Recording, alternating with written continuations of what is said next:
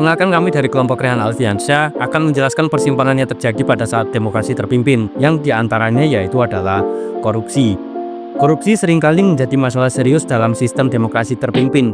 Ketidaktransparan dan konsentrasi kekuasaan yang tinggi dapat memberikan peluang bagi korupsi yang melibatkan pejabat pemerintah, pemimpin politik, dan kelompok elit yang berkuasa.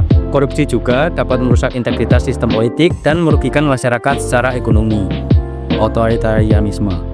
Salah satu penyimpangan demokrasi terpimpin adalah tumbuhnya sistem yang otoriter di mana pemimpin atau kelompok kecil yang berkuasa mengendalikan dan membatasi kebebasan individu, hak-hak politik, dan kebebasan berpendapat. Kritik terhadap pemerintah dapat ditindas, oposisi politik dihancurkan, dan hak-hak manusia dilanggar. Selanjutnya, dominasi partai politik.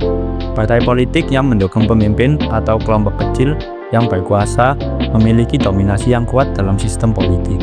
Partai tersebut seringkali merupakan partai tunggal yang mendominasi dan mengontrol jalannya pemerintahan. Ketidakadilan sosial. Meskipun demokrasi terpimpin menegakkan tujuan sosial dan ekonomi, ada kemungkinan yang terjadi ketidakadilan sosial.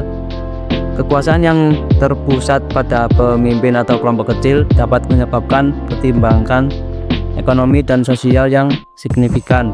Kelompok yang berkuasa dapat mendapatkan keuntungan yang tidak adil, sementara masyarakat umum tidak mendapatkan manfaat yang dijanjikan.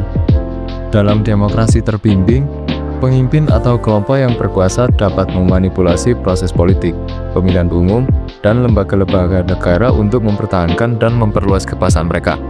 Hal ini bisa melibatkan pengaturan hasil pemilihan, pelarangan partai politik oposisi, atau penggunaan kekuatan negara untuk menghancurkan lawan politik.